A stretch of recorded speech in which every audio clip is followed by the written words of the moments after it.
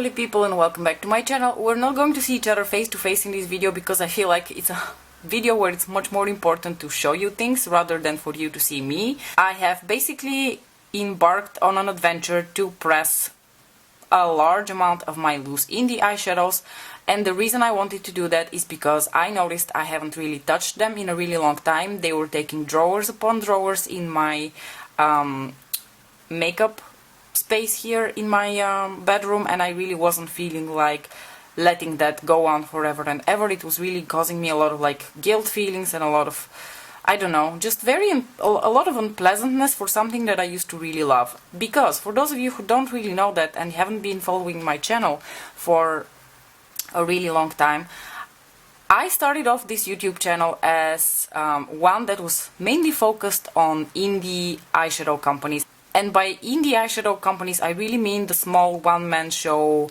handcrafted products. I don't mean like companies like Juvia's Place or something. Juvia's Place technically is an indie company as well, but, well, maybe not anymore. I don't know. But well, you know what I mean. I mean brands like Darling Girl Cosmetics, Notoriously Morbid, Shiro, Fairini, stuff like that. I've been collecting these since 2013. They were my first foray into like duochromes, really glittery, really interesting colors, at a time where the mainstream makeup community was not making these kind of eyeshadows, or they were extremely difficult to find in a pressed form. The indie eyeshadow community was exploding already with duochromes and interesting colors and glittery eyeshadows. I've been having this increasing levels of guilt of not using my loose indie eyeshadows because I love them and I don't want them to go to waste. I definitely didn't want to get rid of them, but I at the same time was never using them, and I had hundreds and hundreds of them. What you see here pressed is probably about half of my collection.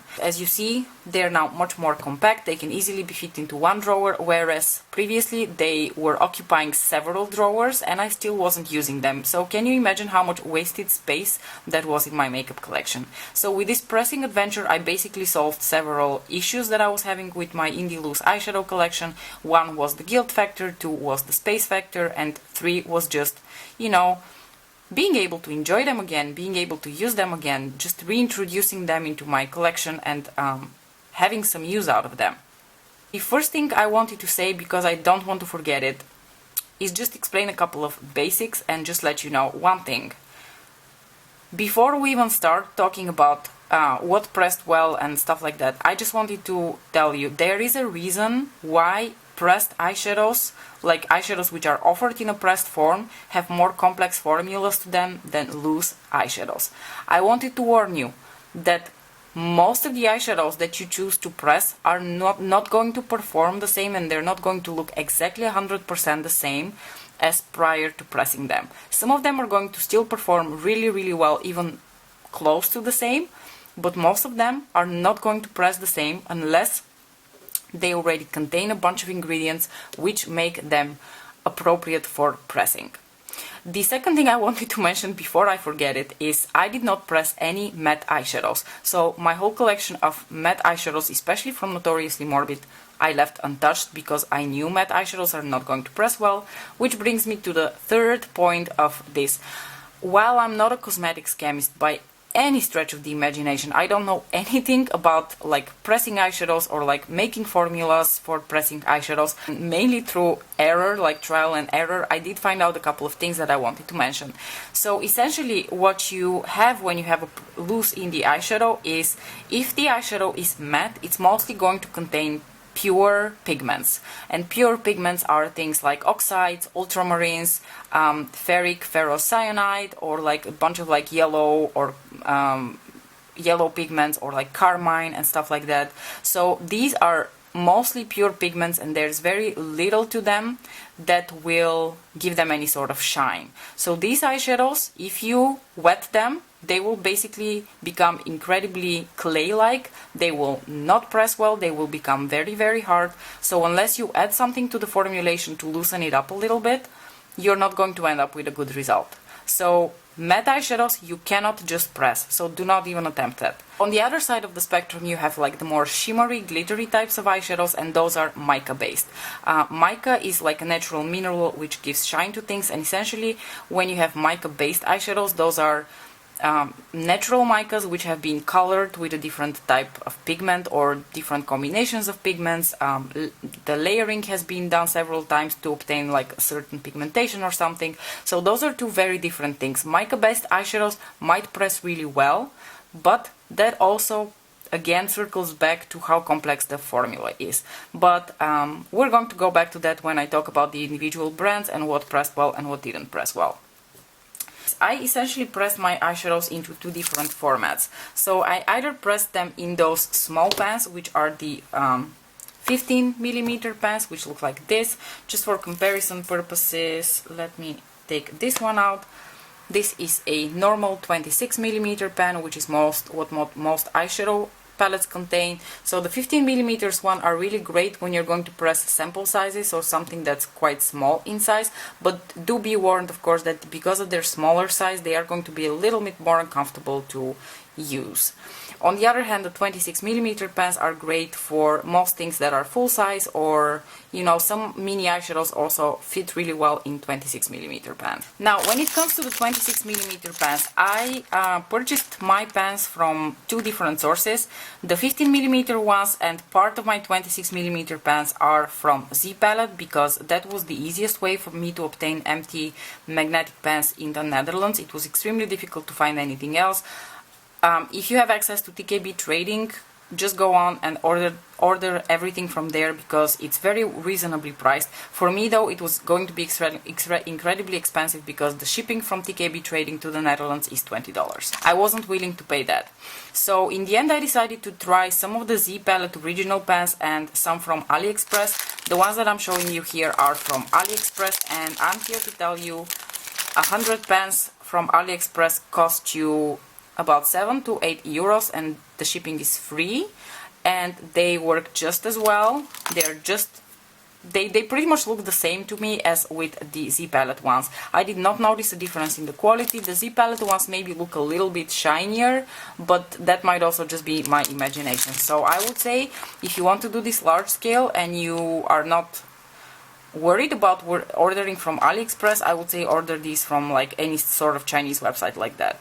I can leave the link to the web shop where I purchased these from, because I had a good experience with them. I ordered from them twice. So what I pressed in the end is about 200 eyeshadows, and like I mentioned, that is about half of what I owned. And you're probably going to wonder why I didn't press everything. It was not due to lack of motivation, lack of resources or whatever. I actually really enjoyed pressing eyeshadows. I found it to be a very zen experience. I would just like put my stuff downstairs in the living room. I put Killing Eve on the background. I watched 2 seasons of that while I was pressing my eyeshadows, and I had the best time ever. I found pressing eyeshadows to be an extremely like zen experience. So if you were worried about that, I would say don't worry about that. The reason I didn't press a large percentage of my other eyeshadows is first of all because through trial and error I discovered that a lot of them are not going to press well just because of their formula, and second of all because of one of the reasons I stopped purchasing loose indie eyeshadows, and that is that at some point you've got it all and you've got it in repeats. Like I had thousands, I feel like, greens with like a pink duochrome to it, in like varying hues of green and varying hues of the pink glitter to it. So at one point I was like, oh my god, I have 10 of the same eyeshadow, I really don't need to press all of them. So because of that feeling that I was already having when I was collecting these eyeshadows, that I have the same color over and over again, and because, you know, at some point you cannot reinvent the wheel 20 different times, that's why I stopped purchasing loose indie eyeshadows, because I just felt like there was nothing new added to my collection. And that is why I only chose to press the colors that I thought were very unique or weren't going to be 10 repeats of the same thing. You're still going to see a lot of very similar colors in here, also because I am drawn to the same types of colors, but that's still... Well, let me actually show you very quickly the drawer of all the stuff that I didn't press. So this, you guys, is the drawer of all the eyeshadows that I'm going to give away or send out to friends, and I didn't bother pressing. You can still see it's a very significant amount. Alright, you guys, I don't think that the protocol I have for pressing eyeshadows is all that special, but just in case you were curious and for the, you know, just to make this video more complete, I thought I would just show you how I press my loose eyeshadows and what I use. The eyeshadow that I have chosen is one that I know will press well. It is an eyeshadow from Firini, but I know this eyeshadow is going to press well, so that's why I chose it. And it is also a really beautiful shade. It's called Monarch Butterfly. It's a really dark brown with red specks in it, and it was actually a gift from one of you many years ago.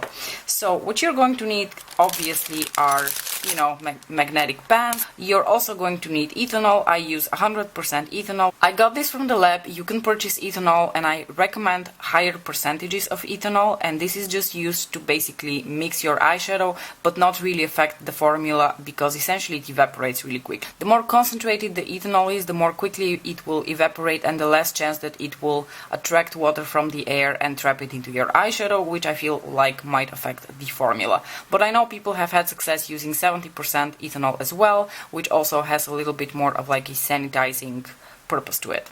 Now, I didn't really worry so much about like sanitizing and preservative sort of thing, because the pressing medium that I use is fractionated coconut oil. If you're not familiar with coconut oil basically most of the time hardens at room temperature. It's not a liquid.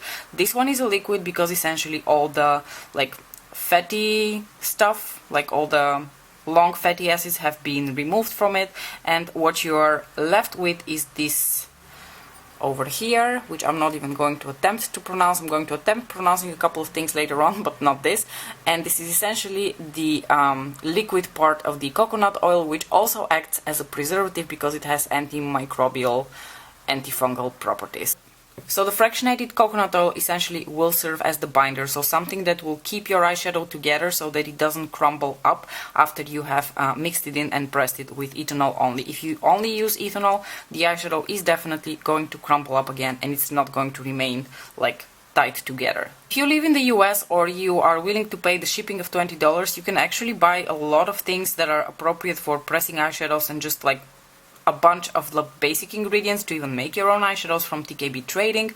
I wasn't really willing to pay $20 for shipping from them, so I tried to get all the ingredients elsewhere, but TKB Trading has their own mixing medium which already contains a bunch of, I think, silicones in it, and silicones are really great. They are part of most eyeshadow formulations, so it is a good mixing medium. I use this little spatula thing that I got from Untitled Cosmetics as, you know, something to mix the eyeshadows with and to scoop them out of the eyeshadow pan. You can use whatever you have. These types of tools are very easy to find even on AliExpress, maybe even TKB Trading has one. I am going to take a little bit of the concentrated ethanol into a syringe. You can use whatever you have. I'm not going to take too much since I'm only pressing that one eyeshadow. Be careful not to leave your concentrated ethanol open at all times because it will evaporate really quickly. So I suggest using a little bit at a time. I'm going to prepare my fractionated coconut oil here.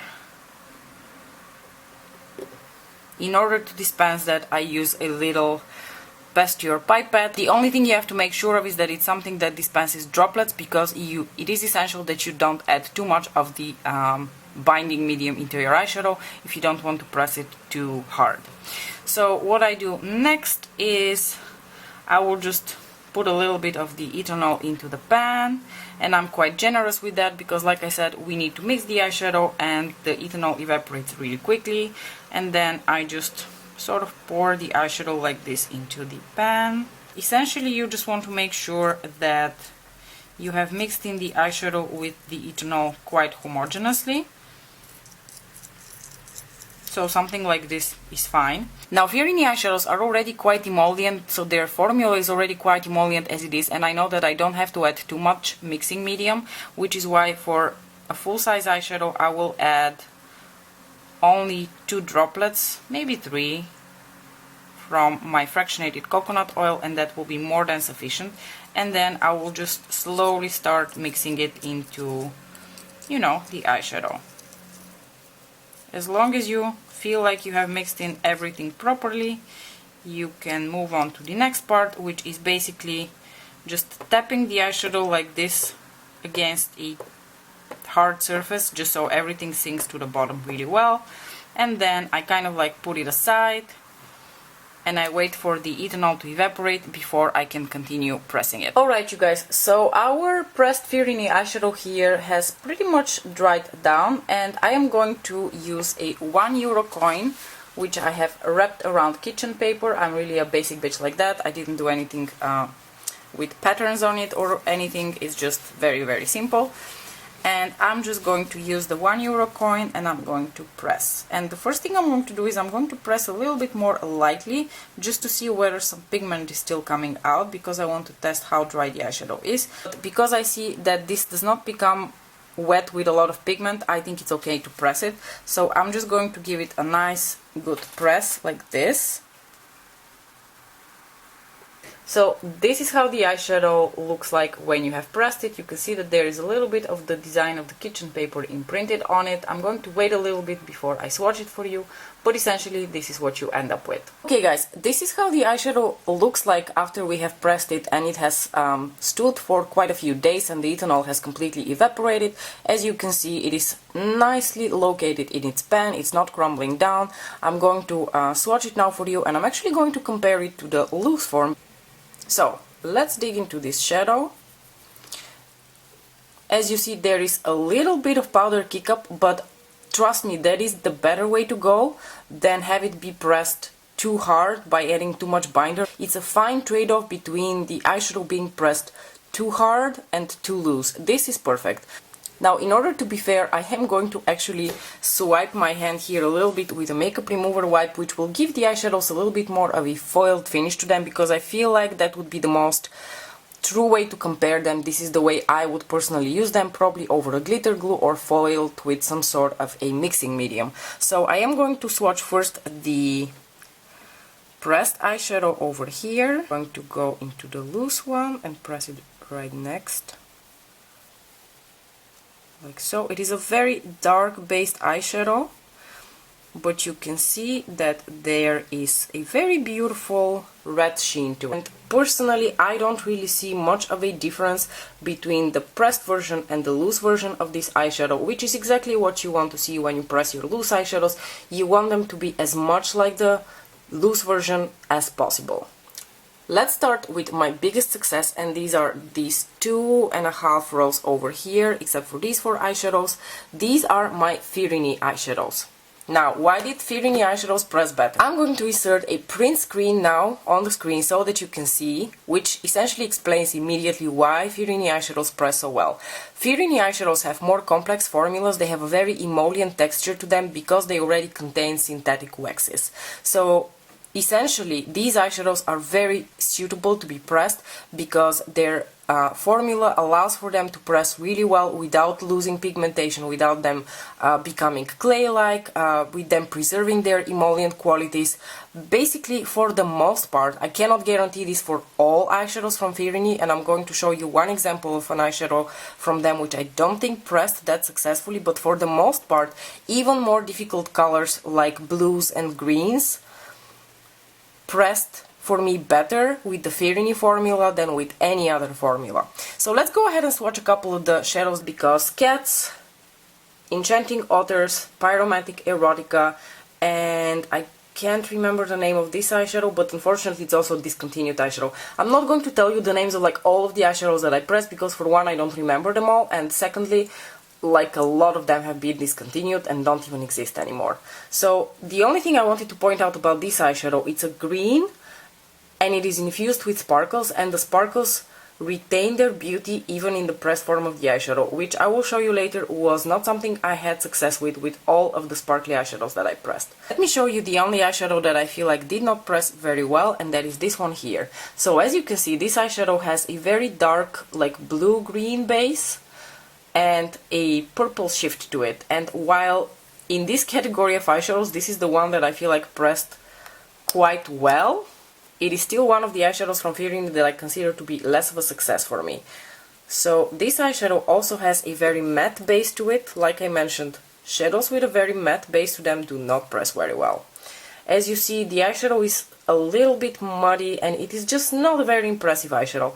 I have to say, for starters, I didn't find this to be a super impressive eyeshadow. It was not one of my favorites, but I do feel like in this category of eyeshadows, this pressed particularly well. Shadows from other companies with these colors and that shift would not have pressed well. I would basically not be able to even pick it up on my finger. These 3 eyeshadows from Glamour Doll Eyes were the only 3 that I pressed, but they pressed awesome. You can still see the absolutely gorgeous like pinky gold shift of this shade.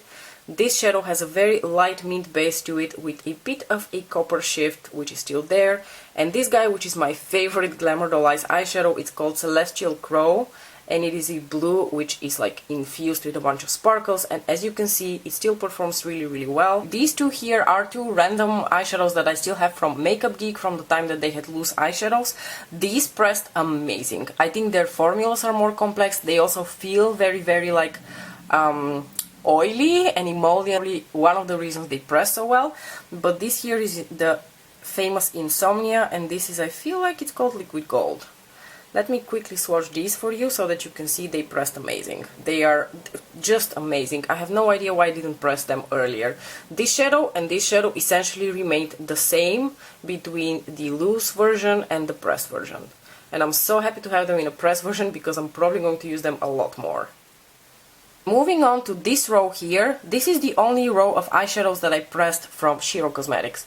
Shiro Cosmetics unfortunately doesn't exist anymore. The one thing I wanted to say about my Shiro eyeshadows, the one that I pressed here, I noticed pressed really well, and the reason for that is I noticed a lot of them contained carnauba wax. I'm going to put that somewhere on the screen in case I'm not pronouncing it right, as one of the top ingredients. These three especially are all duochromes. This one happens to be my favorite Shiro eyeshadow. Unfortunately, it was also long ago discontinued. This eyeshadow is called Cake, and it has like a champagne base with red and gold sparkles to it. It is absolutely stunning. These are all of my Darling Girl eyeshadows, and Darling Girl was a pretty positive experience, I have to say, in terms of pressing. What I noticed about Susan's formula is that she does put already like in the top middle ingredients like magnesium myristate and zinc stearate. So these are three of my more successful Darling Girl eyeshadow pressing attempts. You can see they still look very beautiful, and the duochromes are preserved.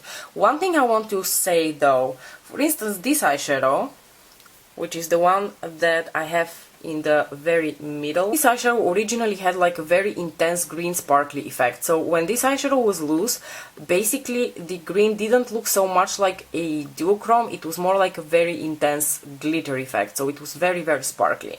And I've had that experience quite a bit with like super sparkly eyeshadows, that they press really well and they become really intense duochromes. Same counts for this one, by the way, but that intense sparkliness is gone. And now let's go to the brand from which I pressed the most, I fucked up the most, and I have the most like polarized experience with, and that is Notoriously Morbid.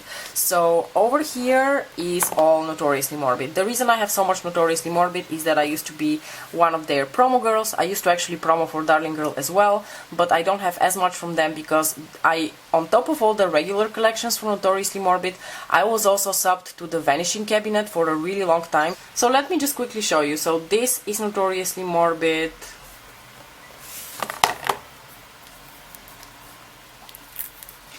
And all of this is also Notoriously Morbid.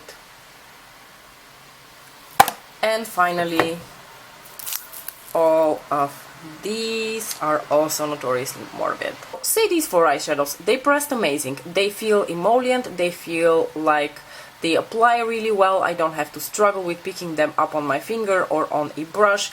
The duochromes are still pretty much there. There's just nothing wrong with these eyeshadows, they're beautiful. This is Spring Heeled Jack, which is luckily still available on the website. This is Scotland the Brave, which is also still available on the website. And this is Freddy's Coming For You, which was unfortunately also part of a Vanishing collection.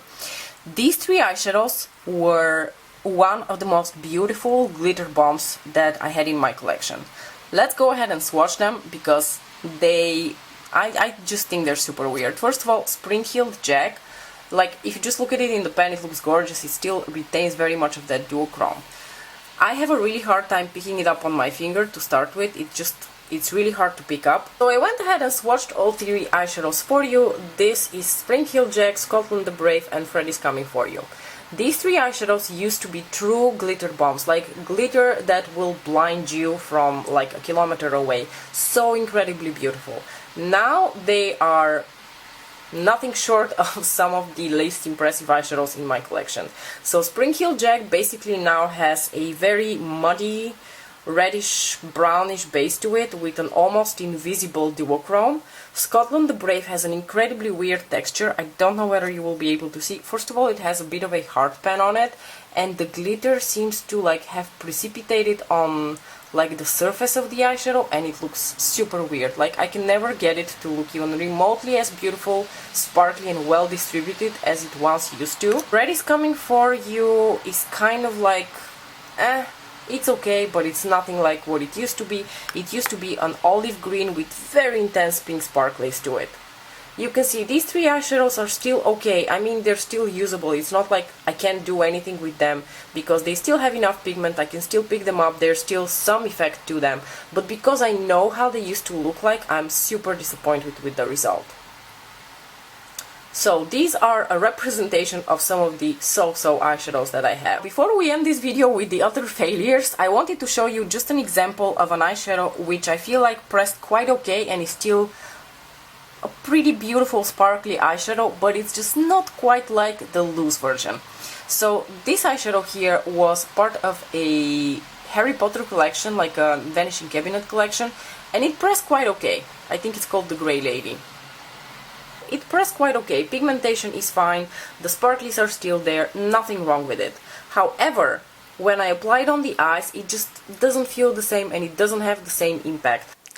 So guys, this is just for funs and giggles, just because I wanted to illustrate to you what I mean with once you press the eyeshadow, sometimes they lose like that obvious glitz and sparkle. They're still beautiful and there's still glitz in there, but it's not as bam in your face. The Grey Lady, which is like a Vanishing Cabinet Harry Potter inspired eyeshadow from a really long time ago.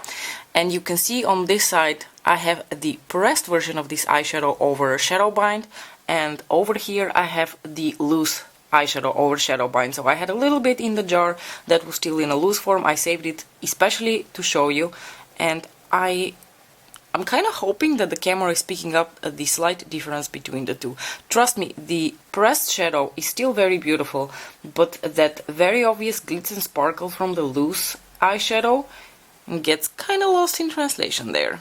And now, to end this video on a real positive note, let me show you the like super epic fails. These 5 eyeshadows from Notoriously Morbid are a true representation of my super epic fails. These eyeshadows used to be spectacular when they were loose.